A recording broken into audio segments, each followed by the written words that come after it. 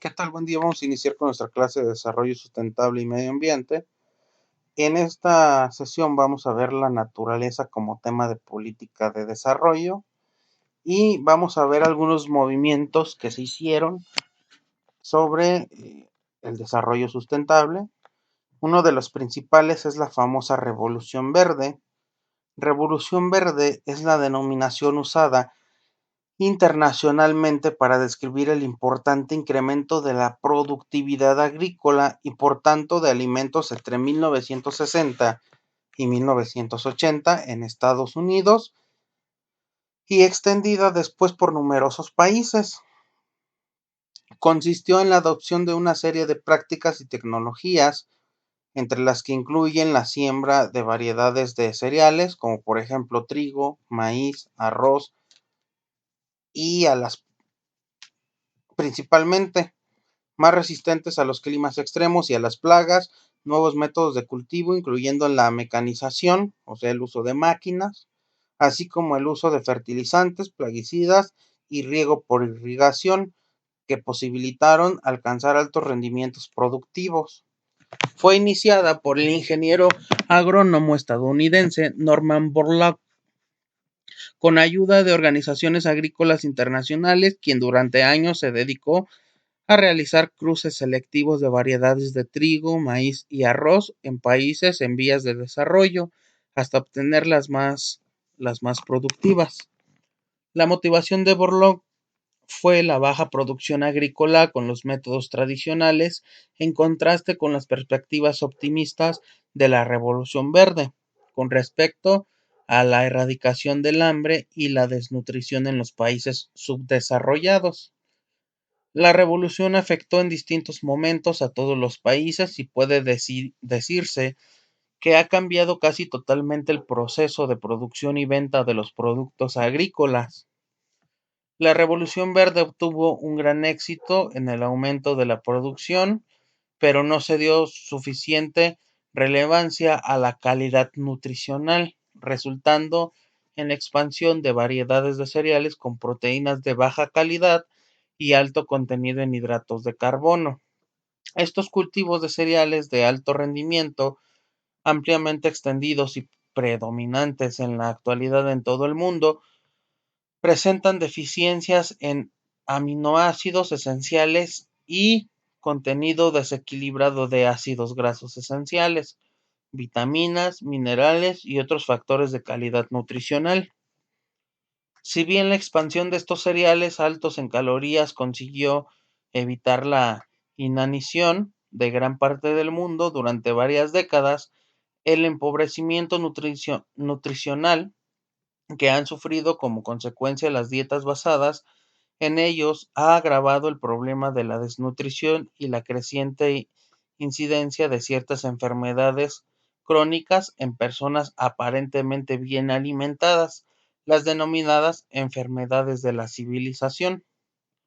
No solo las dietas humanas se han resentido de forma directa a través del consumo de estos cereales, sino también por el empobrecimiento de la calidad de los productos de origen animal, que son derivados de animales alimentados precisamente con estos cereales. El término Revolución Verde fue utilizado por primera vez en 1968 por el exdirector de USAID, William Gaut, quien destacó la difusión de las nuevas tecnologías y dijo: estos y otros desarrollos en el campo de la agricultura contienen los ingredientes de una nueva revolución. No es una violenta revolución roja como la de los soviéticos, ni es una revolución blanca como la del Shah de Irán. Yo la llamo revolución verde. Esto es lo que dijo William Gaut. La revolución verde benefició en su mayoría a las grandes cultivadoras que contaban con los recursos y tenían la necesidad de adquirir las nuevas tecnologías, contrario a lo que ocurría en las tierras pequeñas. Bueno, hasta aquí creo que lo de la revolución verde pues es fácil de comprender. Se empezó a generar la siembra, la cosecha de cereales como trigo, arroz y etcétera. Se empezó a meter maquinaria Se empezaron a meter plaguicidas, pesticidas, y esto comenzó en Estados Unidos, pero posteriormente se fue propagando a los demás países del mundo, y yo creo que casi en su mayoría o en su totalidad, porque en todos lados pues tenemos este tipo de cultivos o este tipo de agricultura, y es por eso que se le llamó Revolución Verde. Pero nos dice que los cereales que en este tiempo se cosechaban, pues no tenían muy buena calidad o no eran buenos, como por ejemplo los que se atendían con manufactura humana.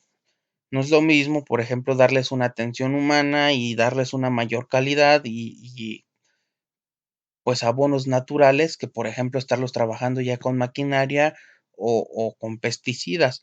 Va a bajar su calidad nutricional y va a aumentar, como aquí lo decía, los aminoácidos grasos. Entonces, pues ya su valor nutrimental ya no es el mismo. Entonces, todo este cambio, toda esta situación es que se le llamó Revolución Verde. Ahora, el ecologismo de los ochentas. El ecologismo de los ochentas fue un movimiento ecologista de los años ochentas, como lo dice su nombre. Es un movimiento político, social y global que defiende la protección del medio ambiente. Esta parte de planteamientos ecologistas se hace desde planteamientos ecológicos individuales, dando prioridad a los ecosistemas y a las especies sobre los individuos, es decir, da un valor similar a todo ser vivo, ya sea humano, animal o vegetación. Durante el periodo de los ochentas, los países empezaron a dar prioridad al medio ambiente, tomando en cuenta el cambio climático, tomando como base la emisión de gases de efecto invernadero. Para ello llevaron a cabo varias conferencias conocidas como cumbres, cada una de ellas nombradas por el lugar en el que se llevaron a cabo. La primera fue la Cumbre de Estocolmo, que es el primer antecedente de este movimiento ecologista, ya que se llevó a cabo en 1968, arrojando resultados hasta 1972. Vamos a ver un protocolo que es el protocolo de Kioto. La respuesta del cambio climático viene preocupando a la comunidad internacional en creciente intensidad desde finales de los años 80. En 1990 se presentó el primer informe del panel intergubernamental sobre cambio climático, el IPCC, que contribuyó la piedra angular para las posteriores negociaciones del Convenio Marco de las Naciones Unidas sobre Cambio Climático, aprobando en 1992 en la cumbre de Río. En este caso fue en la ciudad de Río de Janeiro, celebrada en junio de 1992, se estableció el objetivo de estabilizar las emisiones de gases de efecto invernadero a un nivel inferior al de 1990. El convenio marco entró en vigor en 1994 y en 1995 se celebró en Berlín la primera conferencia de las partes. En el año de 1997 tuvo lugar en la ciudad japonesa de Kioto la tercera conferencia de las partes del convenio marco sobre cambio climático. En ella intervinieron representantes de 125 países que consensuaron un documento conocido como Protocolo de Kioto, que obliga a aquellos estados que lo ratifiquen a reducir las emisiones de los 6 gases que se consideran responsables del calentamiento global. ¿Cuáles son esos 6 gases? El dióxido de carbono, el metano, el óxido nitroso, el hidrofluorocarbono, hidrofluorocarbonos, perdón, los perfluorocarbonos y hexafluorofluoruro de azufre, perdón. Estas nomenclaturas a veces son algo difíciles de mencionar y más si no está uno acostumbrado a leerlas, pero bueno, estos son los 6 gases que principalmente se pretendía reducir en este tratado que se llevó o en este protocolo que se llevó en la ciudad de Kioto en 1997.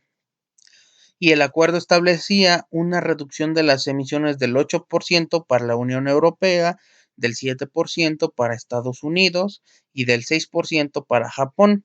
mientras que las correspondientes a Rusia se mantenían inalteradas y las de otros estados como Australia aumentaban un 8%.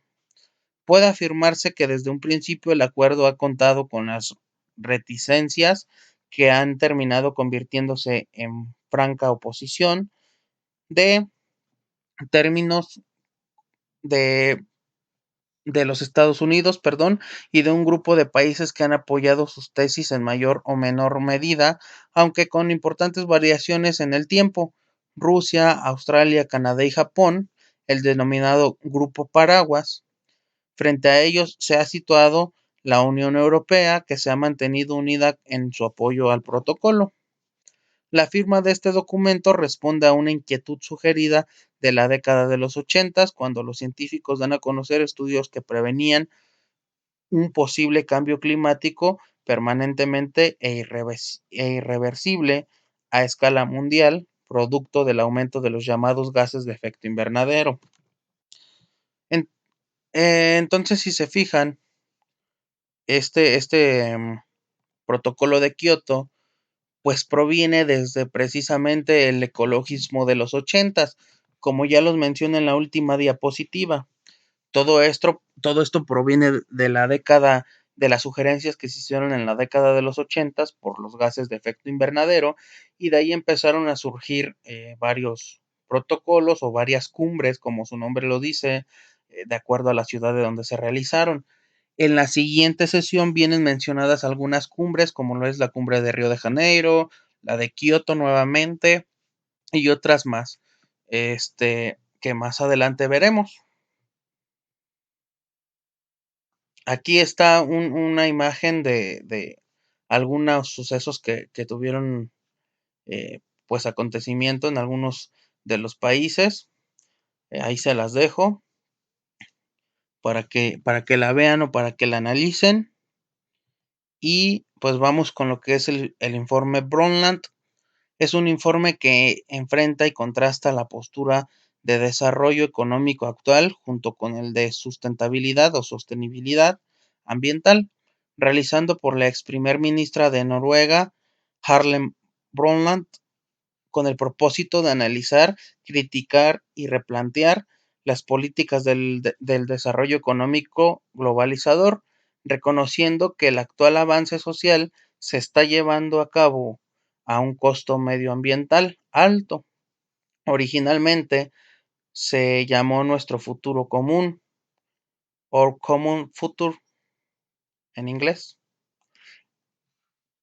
En este informe se utilizó por primera vez el término desarrollo sostenible o desarrollo sustentable, definido como aquel que satisface las necesidades del presente sin comprometer las necesidades de las futuras generaciones.